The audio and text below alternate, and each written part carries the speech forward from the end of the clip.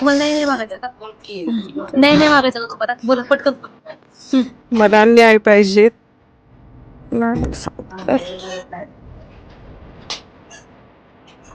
आम्ही 3 जानेवारी 2025 ला शिरवळ ते नायगाव पदयात्रा काढणार आहोत. पोलीस वगैरे आम्हाला सपोर्ट करत नाहीयेत. सातारा जिल्ह्यातील पळशी या ठिकाणी शिरोळमधील एका तरुणाला अमानुष मारहाण झाली होती आणि या मारहाणीनंतर त्याचा दुर्दैवी असा मृत्यू झालेला आहे. या मृत्यूनंतर पोलिसांच्या ज्या काही तपास आहे त्याच्यावरती प्रश्नचिन्ह निर्माण झालं होतं.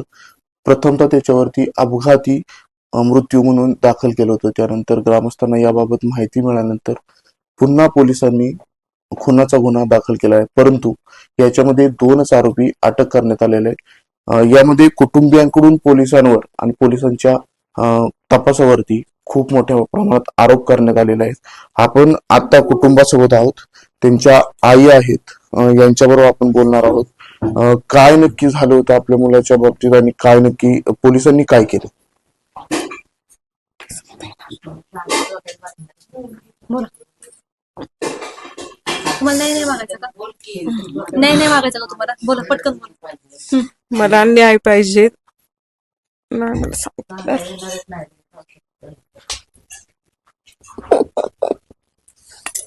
ही एका आईची आहे ना, ही अशी अवस्था आहे. काय त्या आईने करायचे? तिच्या आईचा एकुलता एक पोरगा ती नाच गमावलाय. शुक्रवारी ही अशी घटना घडलेली आहे. या घटनेला 3 दिवस झालेत.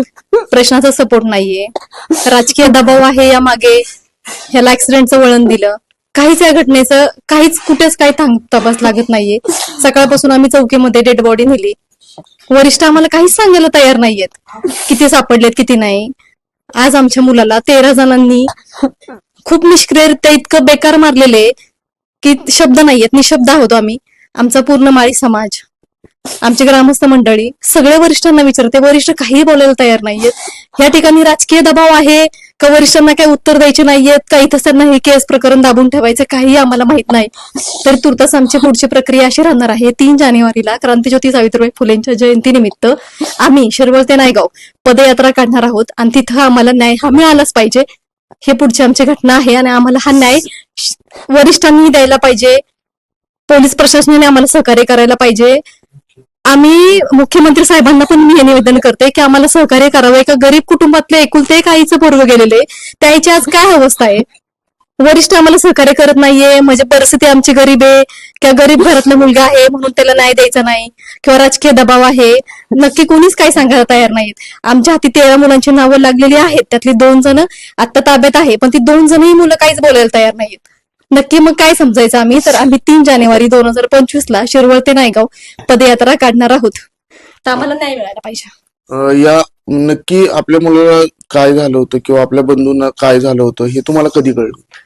आम्हाला शुक्रवारी रात्रीच्या सुमारास फोन आला. त्यावेळेस आमच्या आतीचे वडील झोपले होते घरी. त्याची आई या ठिकाणी नव्हती, त्याची आई बाहेर गेली होती यात्रेसाठी. आणि फोन आल्यानंतर मग आम्हाला असं समजलं की त्याचा ऍक्सिडेंट झालेला आहे म्हणून त्याचे वडील गेले दवाखान्यात. पण आम्हाला दुसऱ्या दिवशी 11:30-12 पर्यंत ही कल्पना नव्हती की हा, म्हणजे आम्ही समजतो की हा ऍक्सिडेंटच आहे. पण त्याच्यानंतर आम्हाला कळलं की त्याला जवळजवळ 10 ते 13 जणांनी खूप मारहाण केलेली आहे.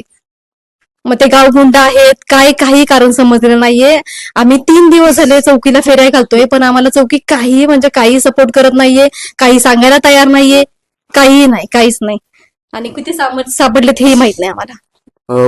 पोलीस स्टेशनला ज्यावेळेस गेला त्यावेळेस तिथले पोलीस निरीक्षकांनी आपल्यावरती काही दबाव टाकण्याचा प्रयत्न वगैरे काय केलाय? दबाव टाकण्याच्या प्रयत्नाऐवजी मी असं म्हणेल की त्यांनी आम्हाला काही सपोर्टच केला नाही. म्हणजे ही केस त्यांना घ्यायची आहे नाही घ्यायची, काही पुढे त्यांना तपासणी करायची किंवा नाही करायची, त्यांनी आम्हाला कुठल्याही प्रकारचं सहकार्य केलं नाही. एवढंच आम्हाला सांगितलं की आम्ही प्रयत्न करतोय. गेले 3 दिवस झाले त्यांचा एवढंच चाललंय, फक्त प्रयत्न करतोय बस. आपल्या सोबत त्याची बहीण आहे. काय सांगशील ताई की तुझ्या भावाबद्दल ही घटना घडली, तुला काय वाटतं? हे खूप वाईट आहे, पण पोलीस वगैरे आम्हाला सपोर्ट करत नाहीयेत. तर माझी बोल. त्यांनी आमचं दुःख समजून घेऊन आम्हाला न्याय मिळवून द्यावा. बोल ना बाळा, बोल. न्याय मिळवून द्यावा एवढीच. याच्या अगोदर काही वाद झालेला किंवा काही तुझ्या भावाने तुला काही सांगितलं होतं? नाही, काहीच नाही, असं काहीच नाही झालं. हे होते आतिशचे कुटुंबीय. यांना दुःखातून सावरण्याची तरी ईश्वराने साथ द्यावी, तसेच पोलीस प्रशासनाने, सरकारने देखील यांना न्याय मिळवून द्यावा यासाठी प्रयत्न करण्यात यावे. जीवन सोनवणे, राजगड न्यूज, सातारा.